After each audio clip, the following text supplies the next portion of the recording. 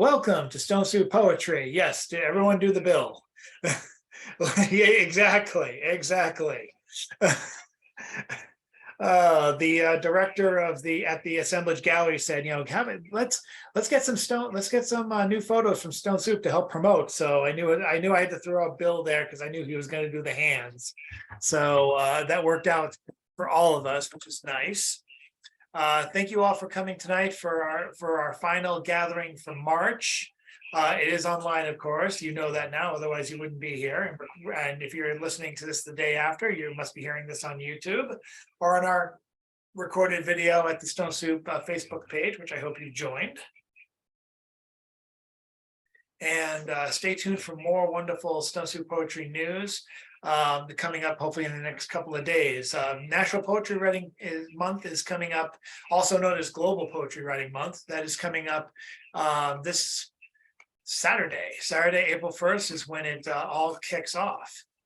And I have, in anticipation of this, I have reminded people of the private Stone Soup group, which I put a link to in the Stone Soup group for a private National Poetry Writing Month group. A lot of people don't like to post their poems for fear that they're unpublishable because they've been published once. So anyone who wants to tiptoe around that, you can post on this private blog, to only viewable by those who are participating in the program. And you can post your poems. The challenge is a poem a day for 30 days, or to at least average a poem a day for 30 days. Many try, many succeed, some just like the process, some give up halfway through the month. There is no wrong way to do this. So anyone and everyone is encouraged to do this. I've been involved in this since I think the actual creation of it back in 2005. So I've done it on and off since then, mostly on a couple of months where I either skipped or had to quit halfway.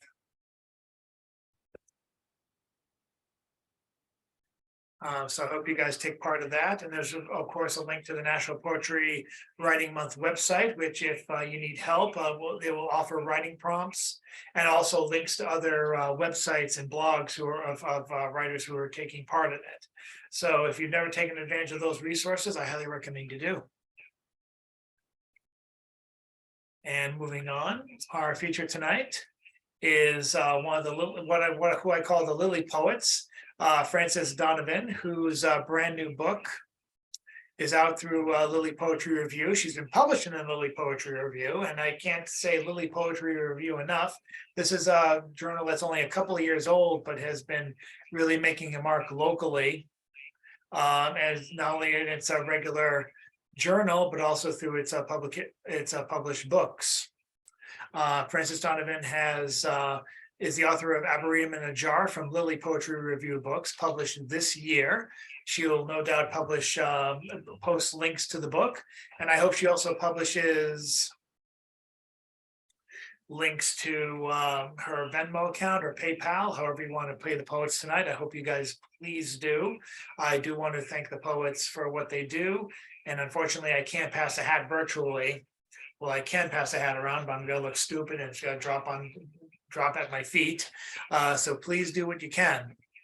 And Arboretum is a Jar. Oh yeah, 2019 it seems like they've been around a lot shorter. And David, if it looks like it's Lily, not Lilly. I didn't realize that they're around since 2019. It seems like in the last couple of years, they've really made their most impact, especially with announcements to publish Carol Weston's book somewhere down the road. And with the recent readings, now that Boston is starting to open up.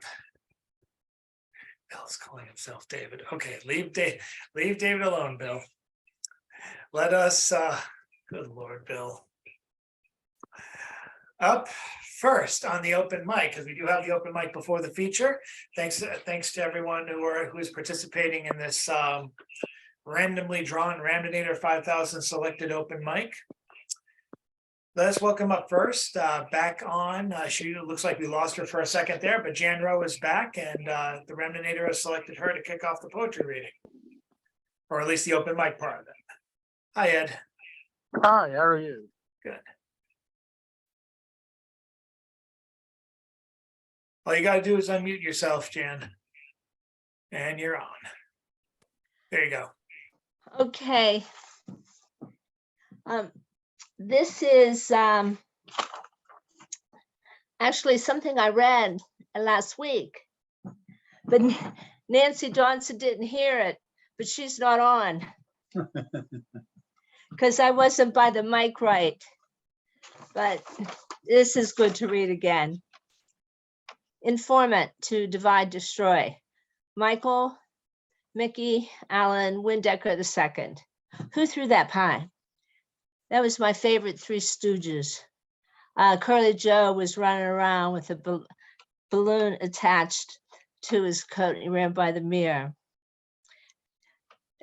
Who threw that first rock in Oregon or Washington? Who was that man in black with the umbrella?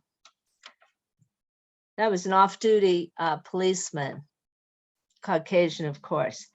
Since we will be subject to the edited video of the 40,000 hours of January 6, 2021 tapes given to Faux News, Tucker Carlson, he'll show us it was just another day. Federal Rep Andy Biggs of Arizona, he often pulls out his disallowed gun on Capitol tourist. And there's a picture of him that Tucker better not show. So here's some violence. Informant Michael Mickey Adams Windecker II. His informant task was to promote violence and division among the Black Lives Matter. Agent Provocador Mickey Adam Windecker II was successful. 70 officers were injured and many more protesters were hurt and kidnapped. He entrapped a real BLM activist to get Mickey a gun, as Mickey Windecker was a felon. Why is he a felon? Had 4 orders. One man said that Mickey threatened to kill him and his family, you know, like Steve Bannon always promotes kill the whole family. And then he stuck a gun in a woman's face and said he was a cop. And then when his 3rd wife went to get her mail after they separated, he grabbed her around the neck, threw her down, pulled a gun on her. Now, he did go over to fight ISIS, but over there, they said he was more interested in taking pictures with dead bodies and taking vacations. So that is Mickey Adam Windecker II, and he drives a hearse. Thank you.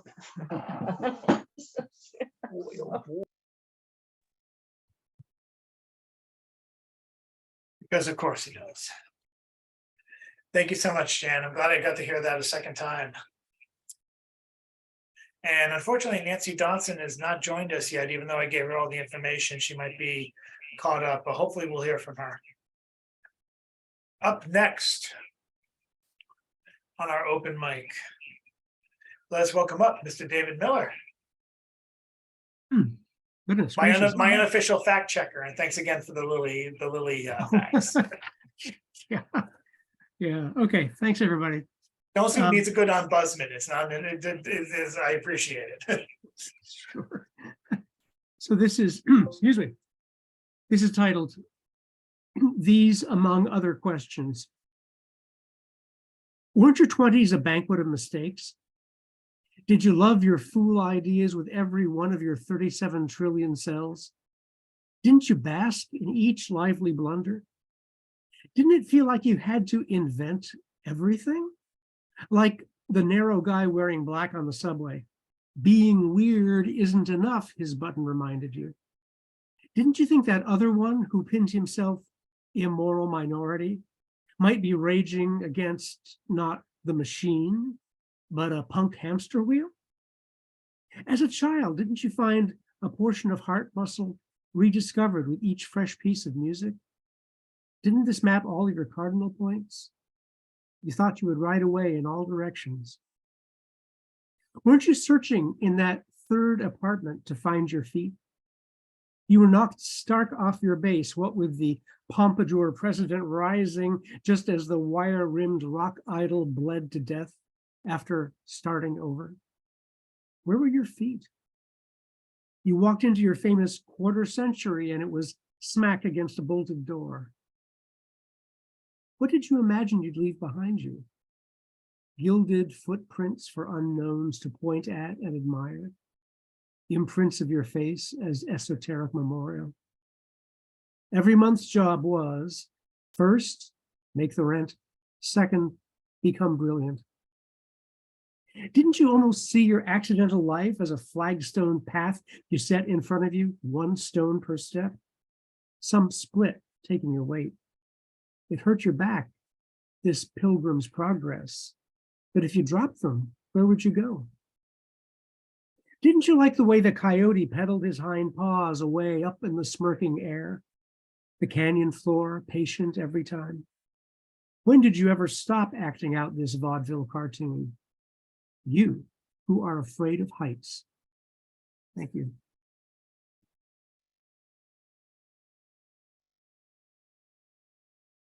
Thanks, David.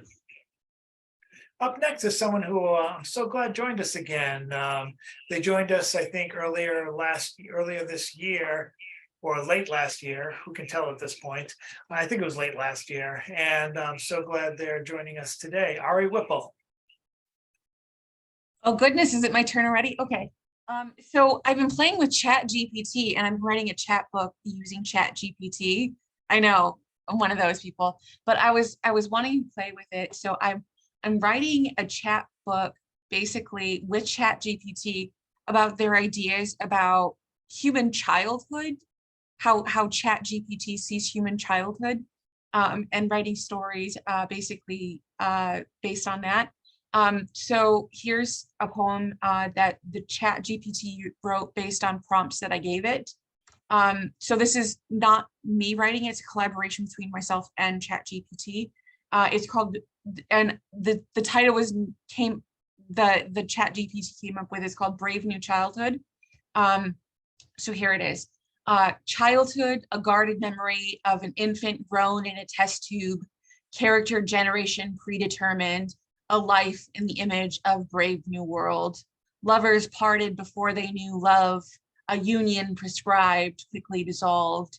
Infinity left unexplored as the stars watched in distant sorrow. The world around them was a cage, a sterile place devoid of feeling, where every emotion was dulled and the human spirit crushed. Even in this dark world, a spark of hope remained, a glimmer of light that refused to fade, a dream of something more. For the lovers found each other again amidst the cold, artificial landscape. Though they knew they could never stay, they held each other close and felt.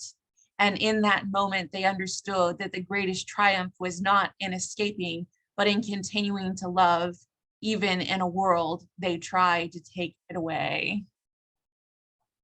So. Anyway. That sounds like it was fun. Out of curiosity, for those of us who don't know much about Chat GPT, do you have a link to the actual website you were using? It should be, I can put a link in the chat.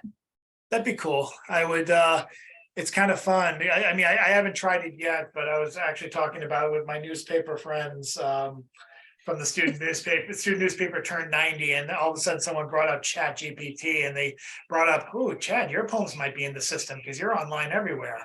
Then they're like, "Oh, let's do a sestina of Chad Parento's work," and I'm like, "Oh, stop it!" And I'm just like, I don't recommend it for like novels or like longer work, but if you're doing like short form work, or like yeah, if you're just using it to like idea storm or like get brainstorm ideas, and if you're looking to like kind of liven up your poetry a little bit, it's definitely something worth trying. well, thanks for that for Chat GPT. Thanks, Bill. Okay, thank you so much, Ari. Who do we have next? Let's bring up. Well, since he's just dying to speak up and talk, let's bring up by way of Ramdonator 5000, Mr. Bill Lewis. Okay, not so Ramdonator 5000, sue me. Oh, I am so honored. Oh, Chadford, well, let me come on the show. It is such a pleasure because I never know what's going to happen. Life here is unknown. It's always a mystery what's going to happen in my life. So you understand how overjoyed I am to be able to come to Stone Soup, where everything is reliable, where things are calm, where you don't have to worry about crazy things happening to you. Yes, this is where I can be calm and relaxed and do nice things, and you don't have to worry about going backwards in time, you know. I mean, what can you say? What's better than that? I did that just for you, Chad. I hope you like it.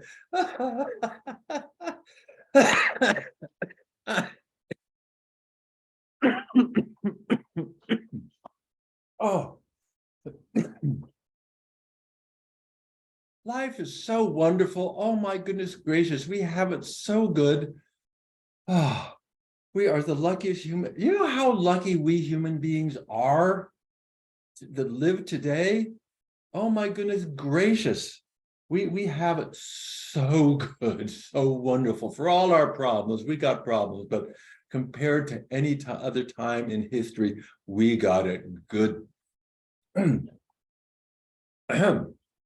The Duke d'Orléans, gentleman who was captured at the Battle of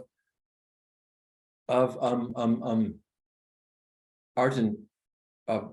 What's the battle in King Henry V? That one. Agincourt, yes. So it seems appropriate. La la la la la la la la la la. Le temps est laissé son manteau. The season has shed its mantle. De vent, de froidure et de pluie, et s'est vêtu en broderie, du soleil, très beau, and has dressed himself in the livery of sky clear and bright. Il n'y a baisse ni oiseau qui en sa jargon ni chante au cri. There's neither a beast nor a bird that does not shout or cry in its own voice. Le temps est laissé son manteau. Rivière, fontaine et ruisseau, chantant les livres jolis, goût d'argent favori, chacun s'habillait de nouveau. Le temps est laissé son manteau. Rivers and fountains and streams are splashing their golden drops in the air and attire themselves with the drops of gold from the goldsmith jeweler's factory.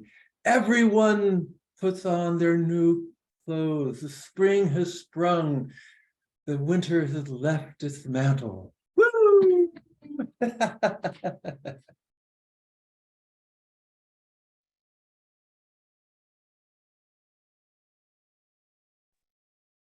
Thank you, Bill. Si, c'est magnifique. Up next, let's bring up Mr. Robert Doodleberg, aka Robert Fleming, aka see his work from last Friday in Oddball Magazine, the Pride section, which I hope continues. Thank you. Bonsoir.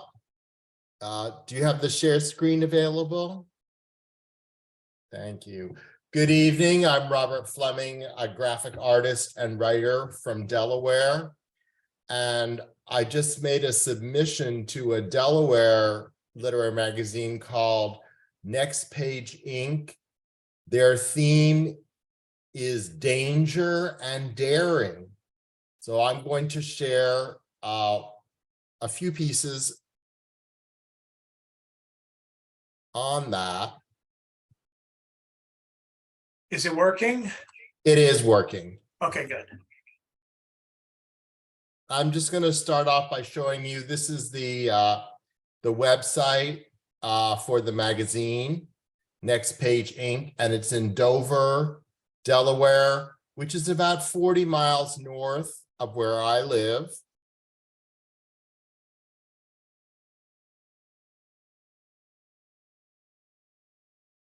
And now I'm going to show my first danger piece, which I submitted. This is called Deer Disturbance. It's not hit and run to hit a deer. Removing a road fawn is a taking. Removing a reindeer is dinner. Deers don't have run and hits too. A doe on a dashboard is a rain sacrifice. A buck charging over a car roof is reclaiming a field. A man half through a windshield is a rut. And I'm going to share just one more, just an image without text.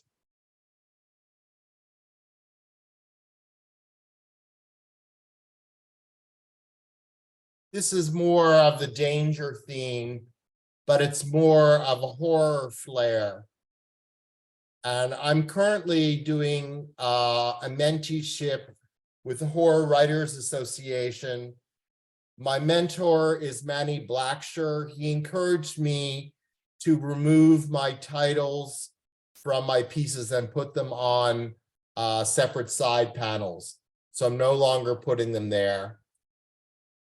And I just wanted to share two events for me as a writer and artist. I am an editor at Old Scratch Press. And this week I was featured on the Facebook page as the featured writer. And on Saturday, I will be having 2 poems published in a California magazine called Spectrum. Thank you and greetings from Delaware.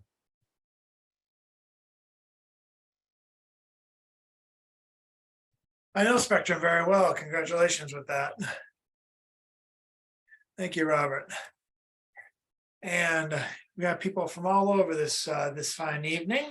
Annette Tarpley is joining us again. It's good to have you back, and let us know what you're up to, and let's hear your poem. Unmute myself, I'm sorry. Okay, what I'm up to, a lot of poetry stuff. Very busy on my site, The Passion of Poetry. We just grew to 38,000 members internationally.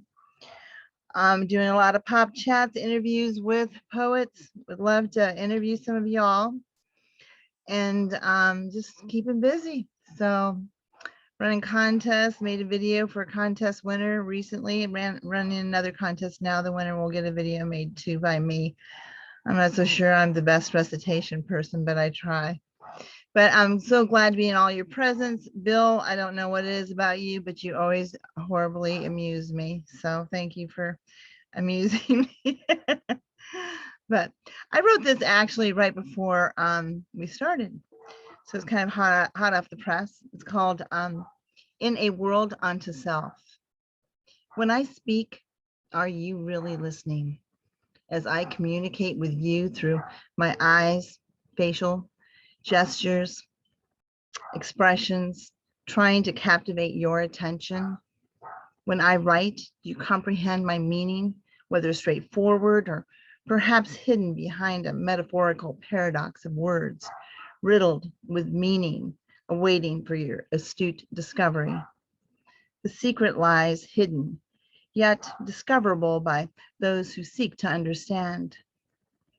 For I am a unique gemstone. My properties may be similar to others, the softness of an opal, with the hardness and premium clarity of a diamond, but nonetheless, a gemstone uniquely created that cannot be reproduced in a lab nor found within a mine. When I share my thoughts, are you listening? Or are you lost within the world of self, where your reality cannot fathom my dreams, for they exist in their own world? And if you study it analytically, it may contain parallel aspirations to your own world, of which I have been barred. That is it. Thank you. Thank you. If you want to share your website in the chat, I'll definitely share it out, give it a little shout out on the Stone Soup group. So encourage you to do so, please. Up next on the open mic, we're gonna give it over to Carol Weston, who I'm just gonna unmute right now. Un momento, por favor. And you are on, Carol. Let me, there you go. Okay. Well, when I went to Bennington College, I lasted a year and a quarter because, well, anyway, so I had Ben Bellet as my teacher, and he taught me how to look. And one of the ways he taught it was he had us read the notebooks of Leonardo da Vinci. And Leonardo da Vinci knew how to look. And anyway, so and then I read the Romance of Leonardo da Vinci by Mary Zhukovsky, and I read it with love. Leonardo, who condemned me to see, with my hands in the thick of my beard, answers everywhere, that over the bridge of my nose I should see in the running water the process of every running thing. Air is to be mounted, sun is to be looked upon, veins of a leaf in my hand burn in my brain with questions and answers. Not a stone in the road is free of messages. Not a nose of a single face can pass me without the anguish of my consciousness following it. The ocean of things tries to catch me in its undertow and bear me down. When I lift my foot to walk forward, it's as if roots of all things are dragging at my heel. The force of doubt is equal to the force of energy that prompts me. And that in me which does not want to move is answered by a gradual mastery, continual momentum that cannot be broken. I put blinders over my heart and I push forward. I love by the supreme organization of the machine of myself. What if the pale, frail shelf of a student should hang himself from my rafter, his earnest face lost in the knot of my struggle? I hold a bird in my hand, its feathers shaped to the running wind. My heart beats with its heart. I want to lift men up. I want to go myself out of the force that holds me down. I test my wings against the wind and sky, and when the one that flies them falls, all of my inside self falls with him, and I flail the two of us until we rise again. There is nothing of mine. I set in flight without a limb of myself aloft and subject to obliteration.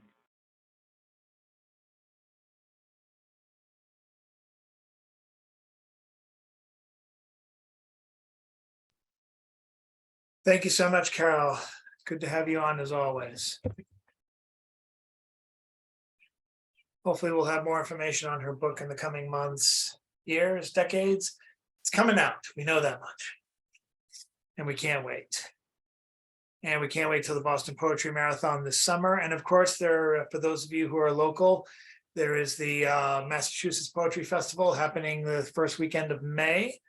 On May 6th, I will be leading a panel discussion with 3 other poets on the actual phenomenon of the online Zoom call. Of course, we're going to do it live, we're in person, but it's all about the online system, just to educate people and have good discussion. So we're looking forward to that, and hopefully there'll be a link to that soon. I was a little late in giving the information, but all of us are now in. We have 4 people officially, and we are looking forward to doing that presentation. It's May 6th at 11:30 in the morning.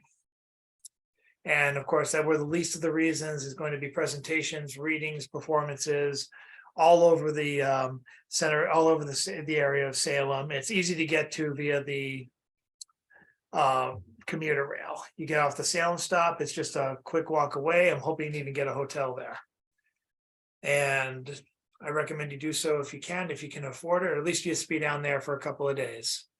And yes, I forget, oh, Francis is right, tickets are quite affordable. Up next, getting towards the end of the open mic, so we can get to the future. And thanks to everyone for their patience and their participation. Hope you all, I know you'll all stay and be very attentive to the future tonight. Let's welcome up Ed Galt, AKA Magister Galt.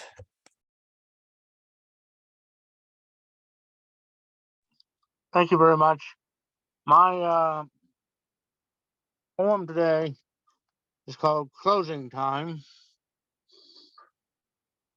My children came out and told me that you wouldn't take their money. You told them you were closing. I can appreciate that you want to get home, and we did come late. The streets were confusing and we got lost. The people that we asked for directions of said they didn't know. Also, they didn't seem to care. So here we are. We are leaving very early tomorrow morning, and it will be a long ride home. The children don't get to go on these vacations often. In fact, this is their first time out of the state. We waited until they were just the right age. We had to save a long time for this trip. So we just wanted to see it. It wouldn't take very much time at all. And it would mean so much for them to be able to say that they've seen this. It's not like we can come back another day. When I was their age, my own father brought me here. Your rangers told the most wonderful stories. They made the history come alive in a way my own teachers never could. And my sister and I even got our pictures taken in one of your colonial costumes. These memories are why we are bringing them now. So please, mister, won't you let them in just for a minute? They'll be right out, I promise. Just for a minute. Thank you very much.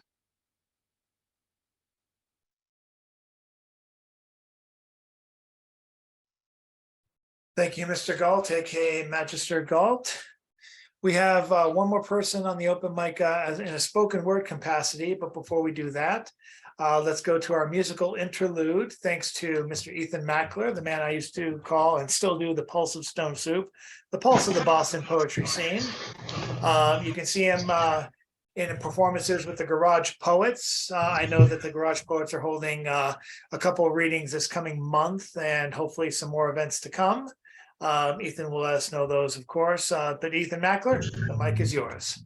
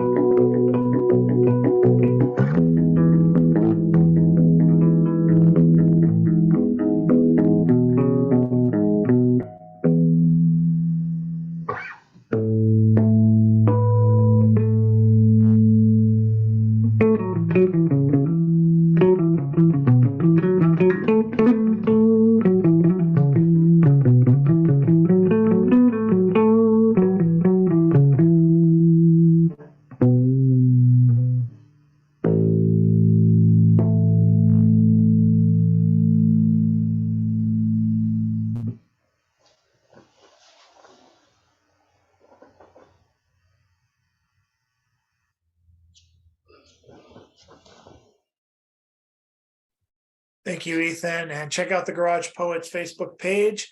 One of their promotions for this coming April is a reading on 421. I believe that's a Zoom hybrid reading with Sam Cha. So definitely check it out. And Sam Cha is an enjoyable feature, whether it's in person or online.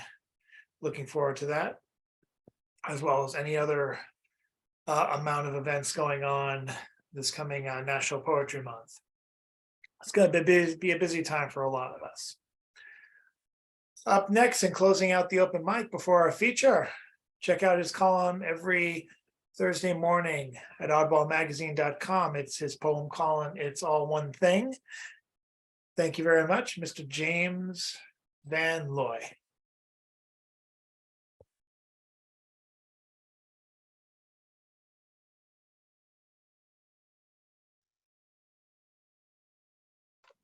Hi, everybody. So I have a poem from a couple of years ago here. It's called The Whole World Upside Down. Supposedly, when the British at Yorktown marched out to surrender to the revolution, combined forces of French and George Washington's Continental Army, the fife and drum corps played this old song from the English Civil War about when Cromwell, in Protestant fervor, canceled Christmas. And here we are now again with Thanksgiving almost on us. An Agent Orangehead still in White House, of course, still maintaining he won the election he lost. And the whole Republican Party just continues to echo chamber these delusions. And the cult of MAGA, bubbling conspiracy, stew of hate and contrived grievance, dwindling minority rule congeals into a march on the Capitol.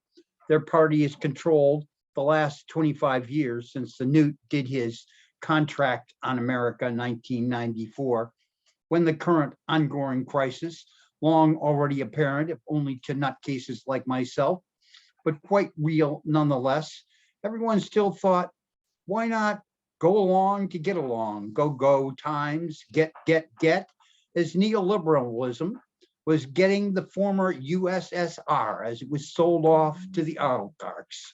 Shock therapy straight from Chicago school by way of Harvard, vintage neo-colonial theft of the people is now, it's all come home in the form of minority rule oppressors and their quisling enablers of token resistance. And I have a song for you. Picture you upon my knee, just tea for two and 2 for tea, just you for me and you for me alone. Nobody near us to see us or hear us, no friends or relations on weekend vacations. We won't have it known that we own a telephone. Dear, day will break and you'll awake and start to bake a sugar cake for me to take, for all the boys to see. We will raise a family, a boy for you, a girl for me. Can't you see how happy we will be? Can't you see how happy we will be? Bum, bum, bum, bum, bum, bum, bum, bum, bum. Oh.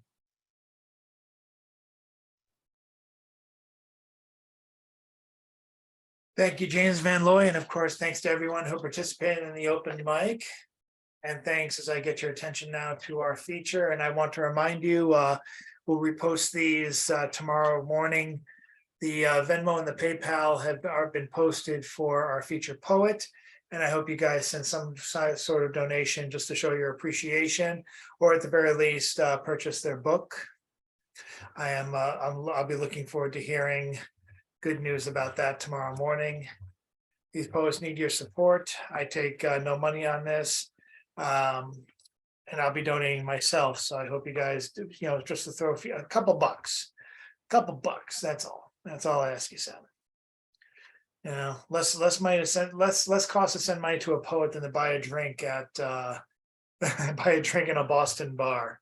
Someone told me they bought like one of their drinks was like $30 at some high-end restaurant. I'm like, what? So we can throw a couple of bucks to a poet, I think. Won't be able to buy them a drink apparently now, but that's probably a good thing. Okay, so, and again, more announcements will be coming for the poets in April and particularly May, the Stone Soup anniversary month. Hopefully we'll have some nice announcements coming up, getting some names finalized. And thank you for your patience on that. Stone Soup now meets every first and third, and in some cases fifth Wednesday online, and every second and fourth, second and fourth Wednesday is going to be at the Assemblage Gallery as for part of the Floyd Point Arts community on 78 Sleeper Street across from the Barking Crab in person. We recommend you make whatever the events you logically can make, the more the merrier, and hopefully our audience is growing.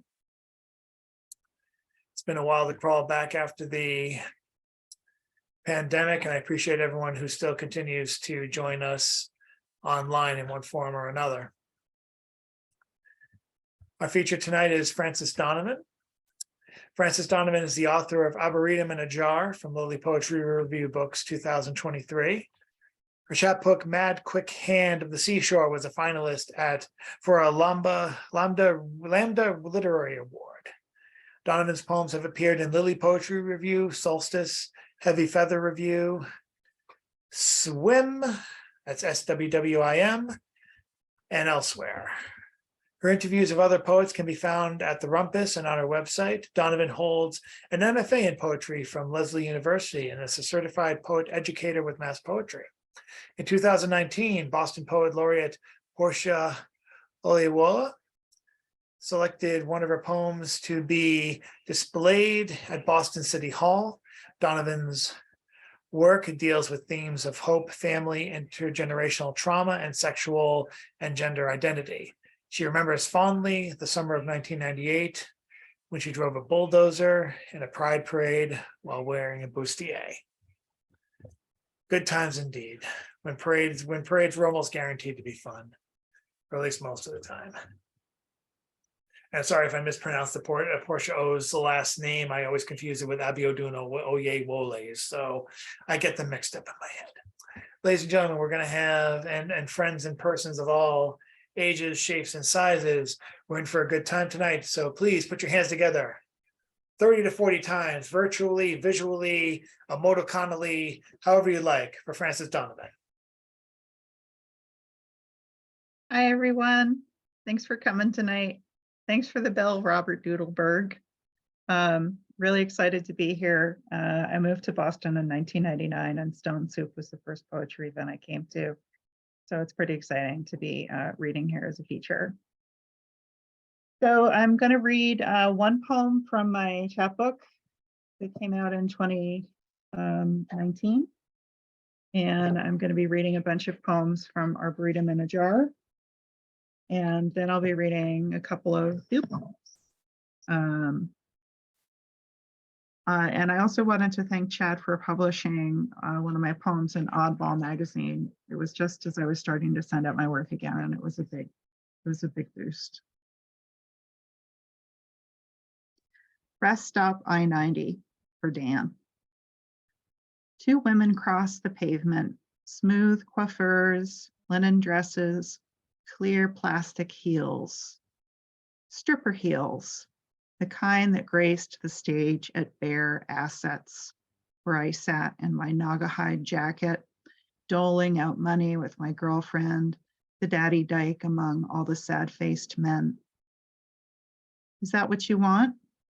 The black lace, the cutaway, the ruffles, the mesh, the thin legs tensed in the fuck me heels, all the trappings that surround the miraculous flower of a woman. Remember the bra I wore for you that didn't fit, the matching panties. I lay still as you stared, but at the surface only. You reached out to arrange my hair. Months before, flushed and hopeful, you'd followed me up the stairs to peel white cotton from my breasts.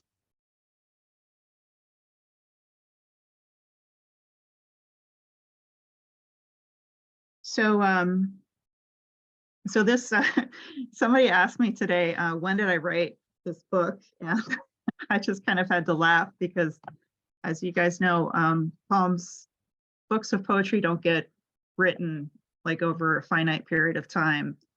And poems are never really done. They're just sort of put aside or sent out into the world. And at least one of these the poems in this book is very, very old. But it deals with personae as a means of evoking the fracture itself that comes from childhood trauma, and eventually an I emerges from it.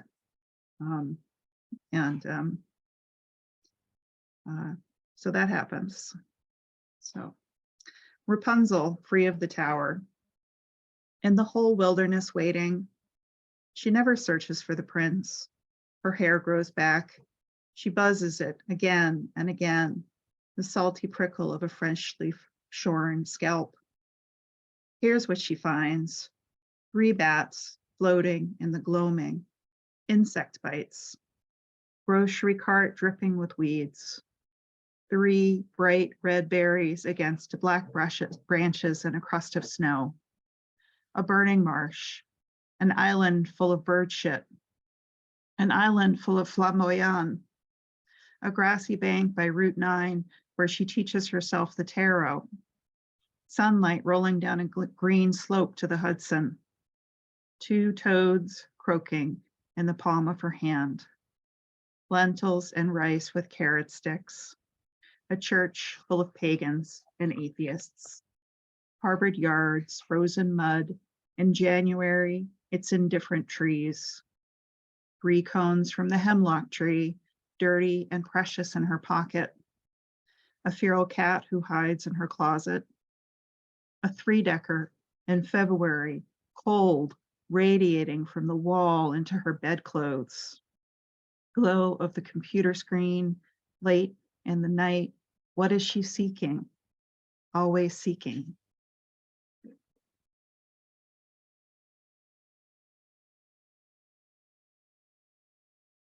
The secrets of sourdough in the voice of my mother. How the air itself carries the seed of the bread.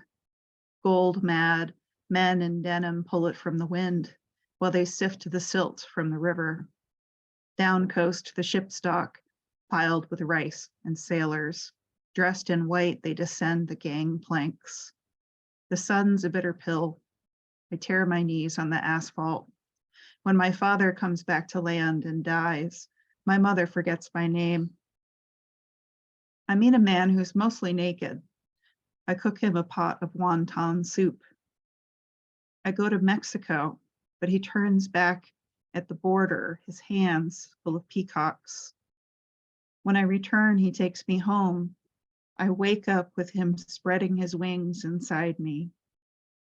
After your brother's born, we go north. My mother-in-law is the one who gives him the wild turkey.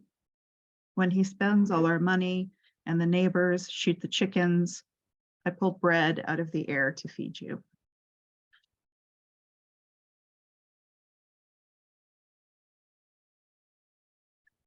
What Snow White swallows.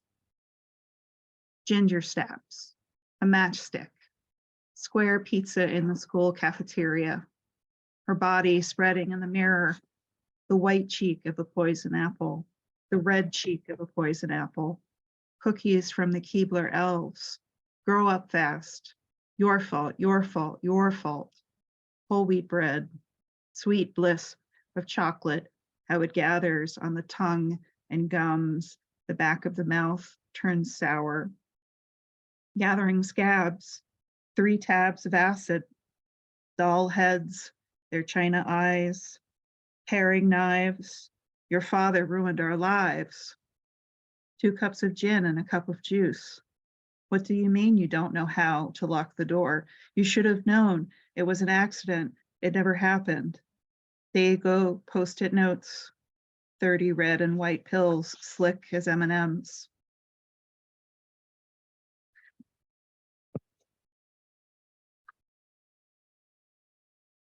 Little princess becomes a pea. Without skin, she stalks the world. Tender heart, tender foot, tender aching back. No one can feel her.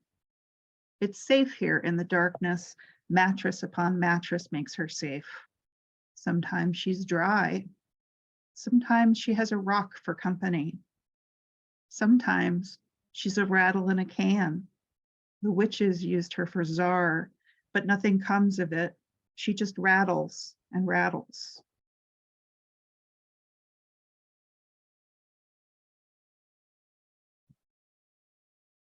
Dyke March. The red-haired woman is the sexiest. The dumpling-curved woman, the black woman with the high round ass, the pale girl with the tattoos dancing to the punk rock band is the sexiest. The woman in the shirt the same color as her peach pink breasts. The woman with the thick framed glasses holding a sign that says, "Follow me to the tofu potluck," is the sexiest. How many times have I come here? Imposter in my jackboots or sandals, bustier or leather jacket. In this immodest and unlikely air on the first Friday night in June, is being a dyke about revolution or desire.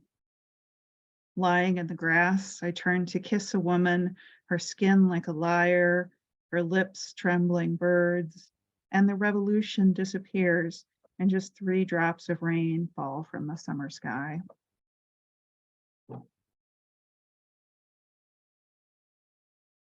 Rapunzel missing the tower. Eternally on the Sawmill Parkway, just after sunset, Rapunzel drives a friend from college home to Brooklyn. She's forgotten what home is. Not those cluttered rooms in the tower anymore. Not those white plaster walls in dormitories as old as the hoop skirt. That first summer, house sitting for a philosophy professor, she slept in the study. She washed the dishes before she ate. On campus, she took LSD with her boyfriend and stayed up all night watching the shadow of the sprinkler on the ceiling writhe back and forth. She tries turning off the highway, but the road leads away. Even in dreams, she can't find her way home. Sometimes she reaches the tower, but there are no walls, just a spiral up the side like the Guggenheim. It's luxury apartments, a retirement home, a petting zoo. Or she is a baby sitting upright, chubby arms protruding from a circle of frills. A cat curls beside her. She's in a dark cave of redwood and carpet, a plexiglass bubble on the roof that lets in 1 beam of California sun. Does she remember this? Or does the photo she saw in an album, now yellowed with age, plant the memory in her mind, where she finds it unfurling, telling the story about the place she came from?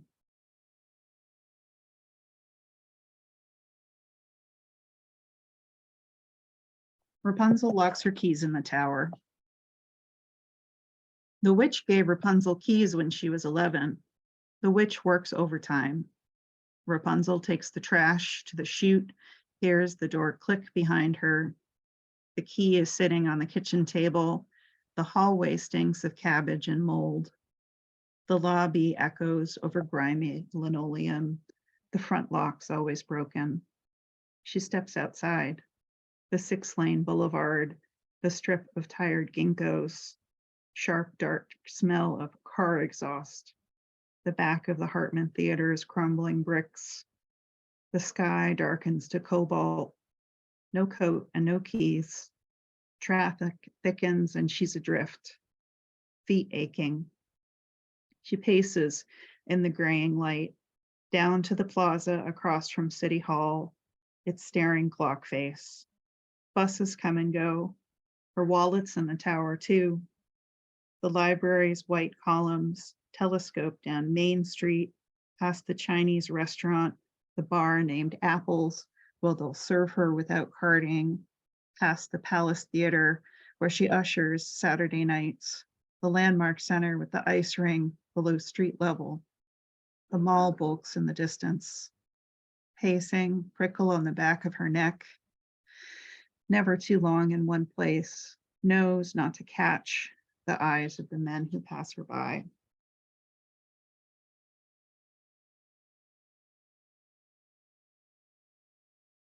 What the crows do. The crows on the golf course behind campus know the hospital, know the blood the nurses took, know the mud, my mind. I blow into the wind and the wind blows back.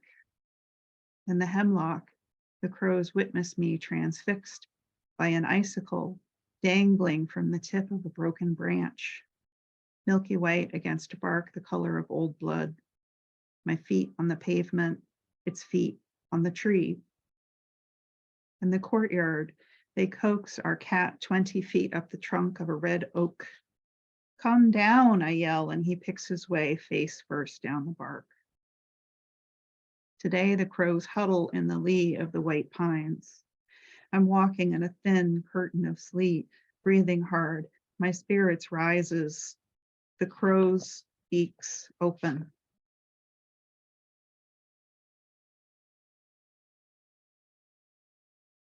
Snow White awake.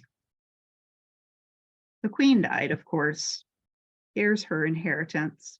Colorful squares of paper, tiny doll heads, the beaded necklace, the trunks, the heavy furniture, the castle's forfeit. Free of the glass box, it's a complicated mess. Once she woke, the dwarves took off with the disability check. Prince Charming stopped texting her. He used to sing to her, "Rise up, my love, my fair one." The social worker's useless. Wandering in the grimy hallway, looking for a working bathroom, Snow White considers leaving, knocks over a sign on a rolling cart, piso mojado, wet floor, all that mopping, all that dusting in the tiny cottage.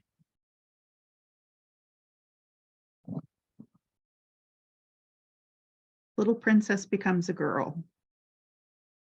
Body rising about her like bread, not sure she likes the float, the way the fat wraps, or the grabs from boys, slick and queering slide, the way it pushes her on to class. The moment the throb comes, homesick in her bathrobe, I dream of Jeannie on the black and white, blooming red through the maxi pads. Her mother shows her how to make the paper towels and Scotch tape, rubbing secrets in the code of her tender inner thighs.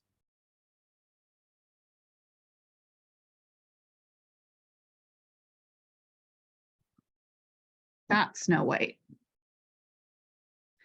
Moon curve of her face around the slant of her black eyes, lashes whisking over her white skin, stark against her hair, held back with a crimson bow, swooped and gathered in two low-hung buns, nestled against her shoulders. Thin straps of her blue camisole with their bows, breasts cradled in cotton, rolls of luscious flesh, rumpling down to the wide, bare belly, navel the dainty landmark of that field, the curve of her belly that can't help but escape the simple pleasure of her panties, wide band of pale flesh folded over the pudenda, red center, her wrist on the counter, bearing the weight of that body, braced against the edge of the vanity, a can of hairspray at the edge of the mirror, the round shell of the sink, how her heavy thigh casts a shadow on the concave bowl. Her elbow shelters against her hip, the red edge of her panty, delicate, and her edge of her forearm rolls to the iPhone she holds. Its bitten apple just below the camera eye that proclaims, "Here's the fairest." That last one is an acrostic from this image that used to make the rounds on LiveJournal. I found its origin. There's a painter. I'll give you his name. Jose Rodolfo Loaiza Ontiveros, who did a whole series of paintings sort of inspired by Disney and cartoon characters. I recommend looking for it. It's called Mirror Mirror. I'm going to read a long poem that features Roslindale and Boston and some other things I think that you guys can probably recognize. A bit of earth.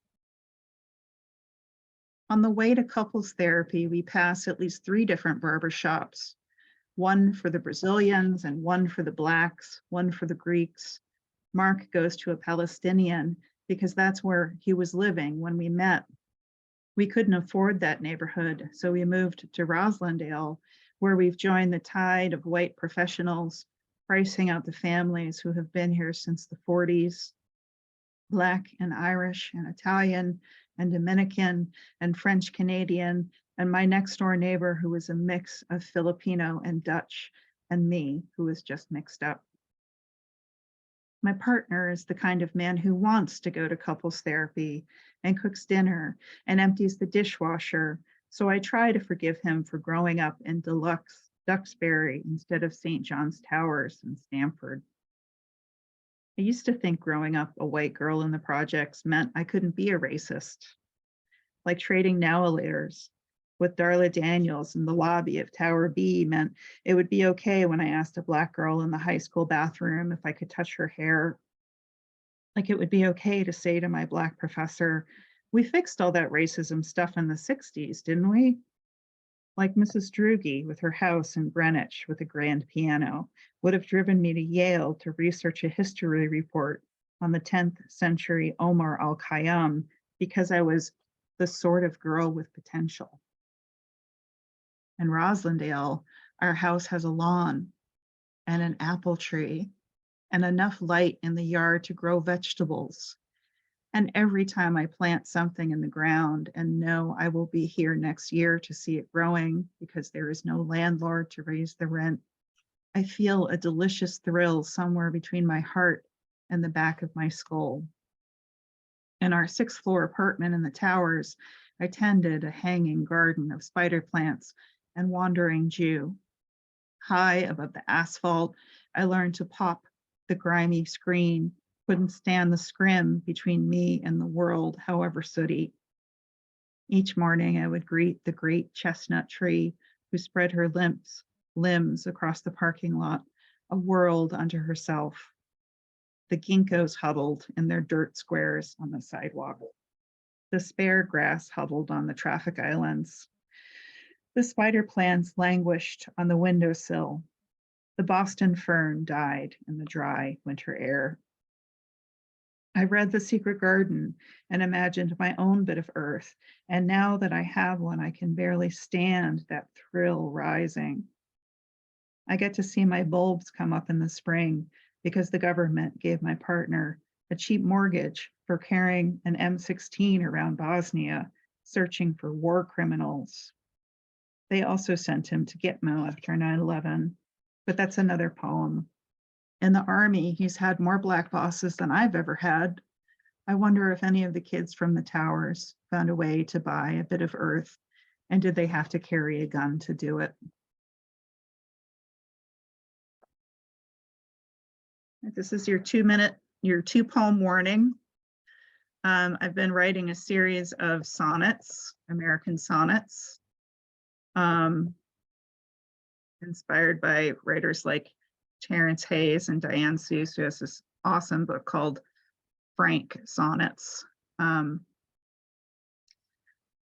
The themes are still emerging, but the two poems that I'm going to read now are a particular obsession of mine that you might notice from the last, which is the urban pastoral. Midwinter, the hawk struck, pierced her prey's heart, ate it on the stone below the bird feeder. All week long, blood froze, feathers fluttered from her sacrifice. The half-wild courtyard buried in winter's blanket, bricks rigging trees fast asleep. I slogged in snowshoes through deep drifts, through the woods and swamp. What luxury! Juncos gathered on the ground beneath the feeder. Then in spring, a chickadee flock, titmouse, nuthatch, cardinal, woodpecker, filtered in among the forsythia. Mornings, I found their feathers in the mossy grass. The landlord was always raising the rent, so we moved. I could go on about suffering. Here in Roslindale, only sparrows fill our hedges. The yard's just a yard, bounded by houses, but it's ours. I fill my hands with soil. On the heat index map, Washington Street blooms red. Across the tracks, the Arboretum's backside rises, the map goes green. Nature tamed and beautified, an earshot of sirens, the skyline on the horizon. I stroll among the apple trees. In this half-wild park, the high trill of the red-winged blackbird. Flocks of grackles on the slope. I wind among trackless trees to the hidden white oak. Its mother trunk, its father trunk, ivy climbing the crotch where someone has left bundled sage and sunflowers. I could go on about suffering. I stretch my arms across the bark, safe in the wrestling. 50 miles southeast at the state park, we leave the car to walk the asphalt path through desultory pines.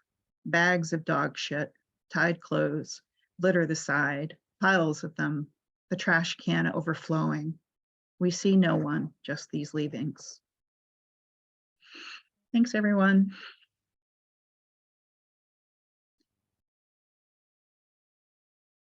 Ladies and gentlemen, persons, friends of all shapes and sizes, give your virtual applause, give your emoticons, give wherever you can. Video up, just to show your approval for Francis Donovan. Francis Donovan's Burton book is out as of this year. I hope you partake in that, or at the very least donate, as the saying goes, a couple bucks to our poet tonight, either tonight or tomorrow. I will be reposting the Venmo and the PayPal for everyone to share with, and hopefully some people who even didn't come to the open mic might feel a tendency to share. We'll see how it goes. Francis's new book is Arboretum in a Jar from Lily Poetry Review Books. There'll be a link for that as well. And if people want a signed copy, they can just Venmo or PayPal me 18 bucks and give me their address, and I'll be happy to send it to them. There you go. Can't get a better deal than that. Cannot get a better deal than that. And this concludes our reading tonight. I'll be excited to go over the video tomorrow of this performance, which will be going up by tomorrow, Thursday morning, between 8:30 and 9 o'clock. And hopefully more announcements for National Poetry Month's features and Stone Soup's 52nd anniversary feature. God, I feel old just mentioning that to myself. It's going to be, hopefully it'll be an amazing group, and hopefully we'll be able to do stuff online and in person to celebrate. As I said, announcements will be coming soon as the winter dies down. We get gradually warmer, and things get a little crazy and less crazy in the Chad Parento household. So thank you guys very much for listening tonight. I am looking forward to many more shows now that we've settled into our format of 2 in-person shows a week and 2 online shows a week. Hopefully in the future, you all be part of either the online shows or the in-person shows. If you coming to visit Stone Soup or coming to visit Boston, let me know and we'll arrange something. I'm gonna start putting out feelers for anyone who feels like traveling, as I think many people are going to this summer. And more, as I said, will be announced. More will be revealed. More, yeah, exactly. Thank you. More will be revealed. And Um, everybody, let's give Chad a big round of applause for all the amazing work that he does for this community and for poetry in Boston in general. Thank you so much, Francis. And I'd rather you give me a wave as we wave to the hypothetical people watching this. Yes, exactly. Very good. And pause, because otherwise it looks very weird if like I can't get a good still shot there. Thank you very much. That is quite wonderful. And as I said, I'm stepping up my game and hopefully announcing more features coming up. There's a lot of wonderful people I want to get on here. Will they all get on for April? Probably not. Will a few be brought over to May? Probably so. There's a couple of friends that we haven't seen for a little while. They're busy in their own lives, but hopefully they'll come out for Stone Soup's 52nd. A lot of people I'm missing, so put out the feelers, take care of yourselves, and reach out to someone else and try and take care of someone else if you can. And I hope you guys enjoy the rest of your evening and the rest of this week. The Stone Soup Crouton poem will be coming out on Friday, and oh Jesus, Bill, and no pun intended. Good fucking It'll hell. be so soggy. I'm wondering what Ari's laughing at, and I just realized down. I'm like, oh, that's why. Oh my God, with Bill wrestling a snake in the background and Bill with a halo, this is more imagery than I care to deal with. Dear, What- dear What Lord. weeks will be the online? What's for Stone that? Soup? What weeks will be the of the month will be the online? The for Stone second Soup? and fourth. The first and the online will be the first and the third, and probably and the 5th if we have one. In this case, it'll be April 5th. Next week will be online.